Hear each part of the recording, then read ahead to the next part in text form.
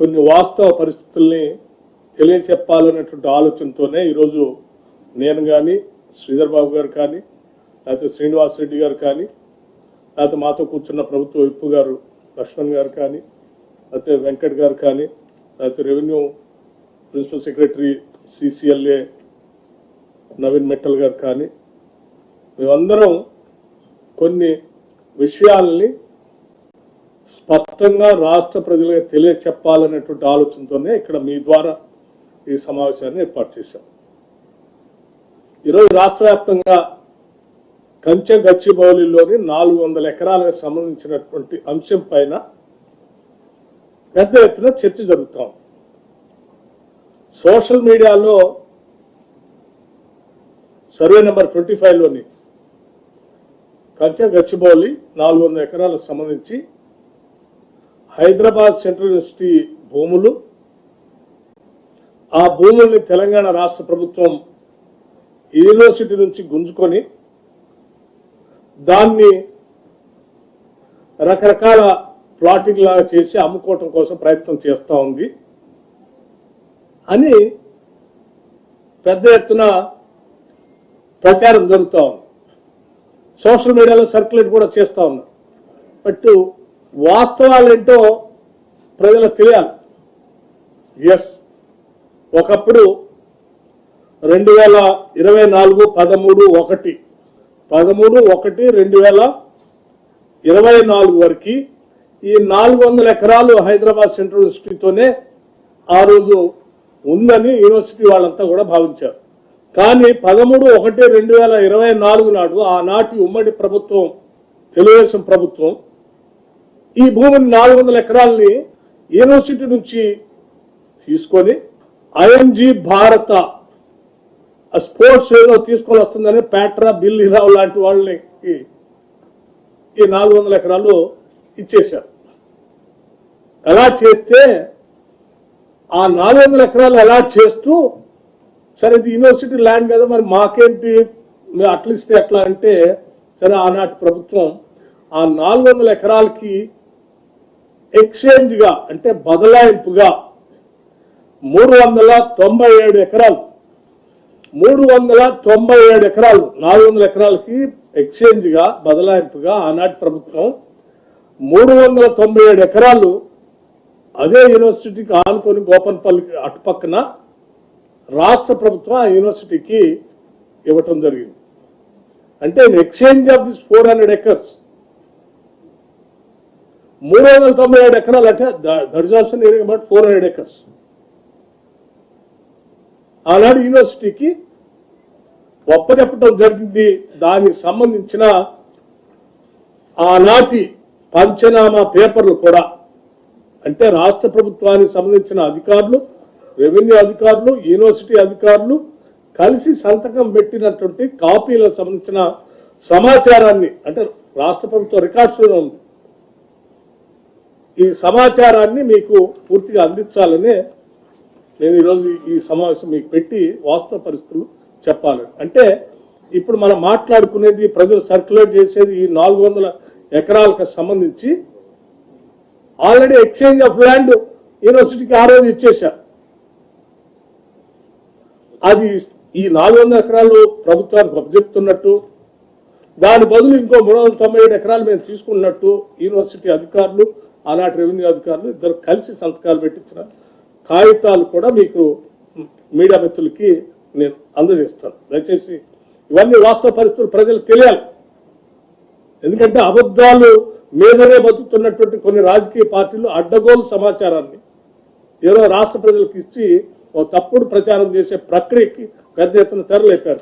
అంటే వేరే దొరక్క అందుకే వాస్తవ పరిస్థితులు ఇవ్వాలని రికార్డు తీసుకుని వచ్చి చెప్తున్నారు. పాపం తెలియనటువంటి వాళ్ళు చాలా మంది ఇది నిజమైన అనుకొని యూనివర్సిటీకి సంబంధించిన భూమిని రాష్ట్ర ప్రభుత్వం గుంజేసుకుందేమో, దానిపైన చేస్తుందేమో, లేకపోతే ప్లాటింగ్ చేసి అమ్ముకోవడానికి ప్రయత్నం చేస్తుంది అనుకున్నారు. కాదు, రాష్ట్ర ప్రభుత్వం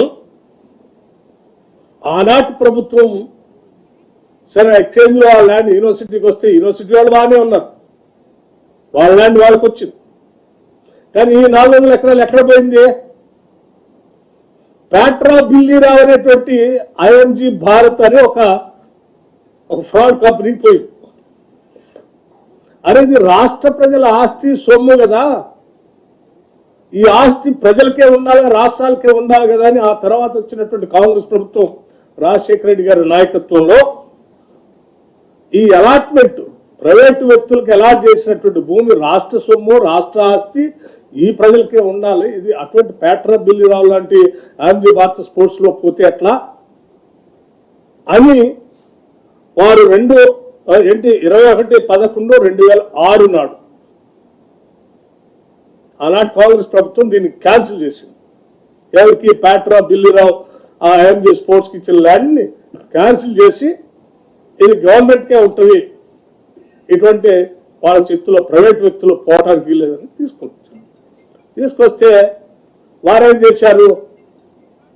నాకు ఆల్రెడీ గత ప్రభుత్వం రాసి ఇచ్చేసింది, మీరు క్యాన్సిల్ చేసి తీసుకుంటే ఎట్లా అని హైకోర్టులో సవాల్ చేస్తూ IMG Bharat writ petition number 24781 ద్వారా గౌరవ ఆంధ్రప్రదేశ్ హైకోర్టులో రిట్ పిటిషన్ వేశారు. ఇది మాకే ఉండాలి, మళ్ళీ మీరు క్యాన్సిల్ చేసి రాష్ట్రాన్ని తీసుకోవడానికి వీల్లేదని. అంటే ఒక ప్రైవేట్ వ్యక్తి రాష్ట్ర ప్రభుత్వాలు తీసుకున్న ఆస్తిని లేదు నాకే ఉండాలి, నాకు గత ప్రభుత్వం ఇచ్చింది వేట తీసుకుంటామని రిట్ పిటిషన్ వేసింది. ఆ రిట్ పిటిషన్ వేస్తే కాంగ్రెస్ ప్రభుత్వం ఆ రోజు క్వశ్చనే లేదు, ఇది ప్రజల ఆస్తి, ప్రజలకే ఉండాలి, రాష్ట్రానికే ఉండాలని గట్టిగా ఆనాడు హైకోర్టులో కొట్లాడుతూనే వచ్చింది.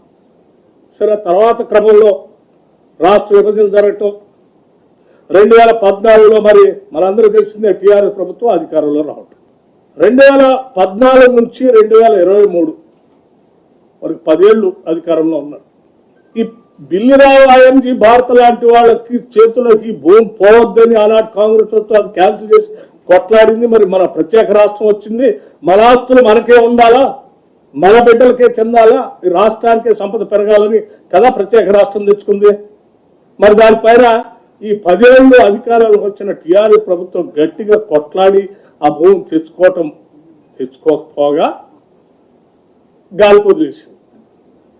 గాలికి ఎందుకు వదిలేసిందో తర్వాత చెప్తున్నాయి.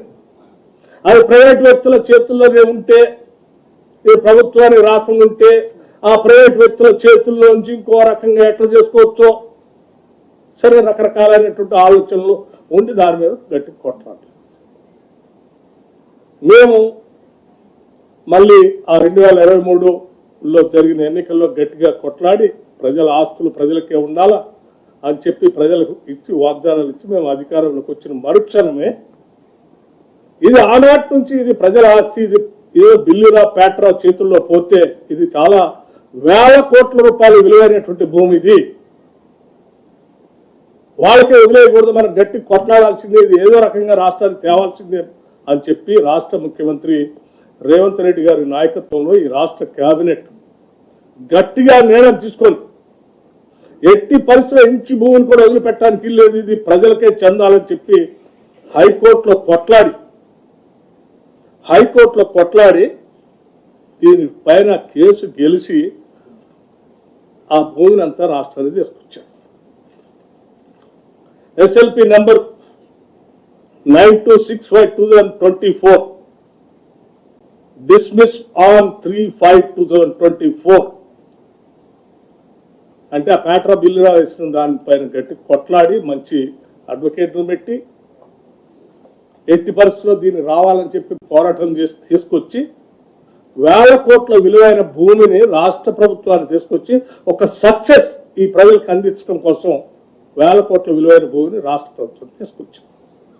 ఓ రకంగా ప్రైవేటు వ్యక్తి చేతుల్లో వేల కోట్లు పోతున్న ఆస్తిని కాపాడి 10 ఏళ్ళు పట్టించుకోకుండా వాళ్ళు గాలి వదిలేస్తే కూడా మేము రాగానే కొట్లాడి తీసుకొచ్చి ప్రజలకే చెందేటట్టుగా చేసి ఈ ప్రభుత్వ ఖజానాకు తీసుకొచ్చి ఏం చేశాం?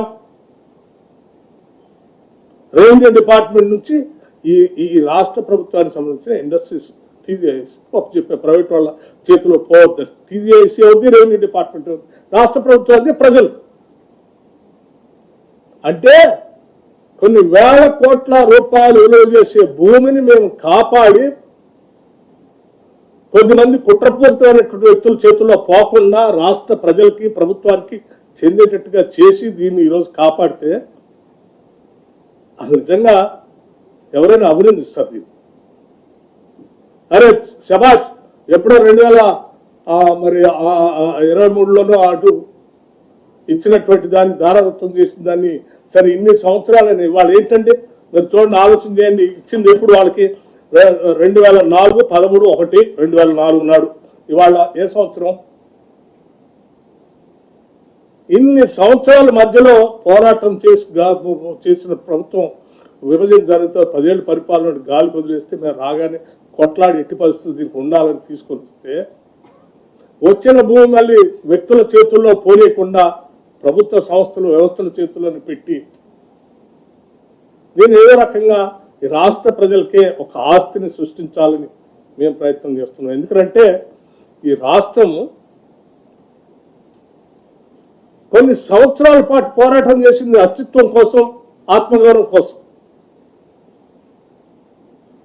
దశాబ్దాల పాటు ఈ రాష్ట్ర యువత మన రాష్ట్రం మనకు వస్తే ఉద్యోగాలు వస్తాయని ఆశపడి ఉద్యోగాల కల్పన కోసం పెద్ద ఎత్తున మన ప్రత్యేక రాష్ట్రం ఉంటే మనందరికి ఉద్యోగాలు వస్తాయని తాపత్రయంతో పోరాటం చేసి రాష్ట్రం తెచ్చుకుంటే వాళ్ళందరికీ 10 ఏళ్ళు ఉద్యోగాలు కల్పించలేక గాలికి వదిలేస్తే బాధపడుతున్న నిరుద్యోగ యువతీ యువకులకి మన ఇటు ప్రభుత్వ పరంగా ఉద్యోగ అవకాశాలు కల్పించడమే కాదు, ప్రైవేట్ పరంగా కూడా కొన్ని ఇంటర్నేషనల్ స్టాండర్డ్లో ఉన్నటువంటి వ్యవస్థలు తీసుకొని వాళ్ళందరికీ ఉద్యోగ అవకాశాలు వచ్చేటట్టుగా ఒక పక్కన ఆస్తిని సృష్టిస్తూనే ఇంకో పక్కన లక్షలాది మంది నిరుద్యోగ యువతీ యువకులకి ఉద్యోగ అవకాశాలు కల్పించాలని మేము తాపత్రయపడి పనిచేస్తా ఉన్నాం.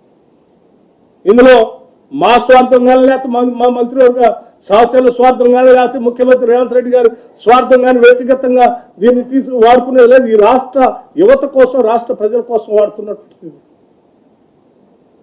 వాళ్ళు ఒక్కసారి ఆలోచన. ఆ రోజుల్లో హైటెక్ సిటీకి ఆనాటి ముఖ్యమంత్రి నేదురుమల జనార్దన్ రెడ్డి గారు, రాజీవ్ గాంధీ గారి ఆలోచన మేరకు కంప్యూటర్ రెవల్యూషన్ ఈ దేశంలో కూడా తీసుకొని రావాలని చెప్పి వారు ఫౌండేషన్ వేసి ఆ తర్వాత వచ్చినటువంటి ప్రభుత్వాలు వాటి కంటిన్యూ చేస్తే ఇవాళ మనం హైటెక్ సిటీ ఫేజ్ 1,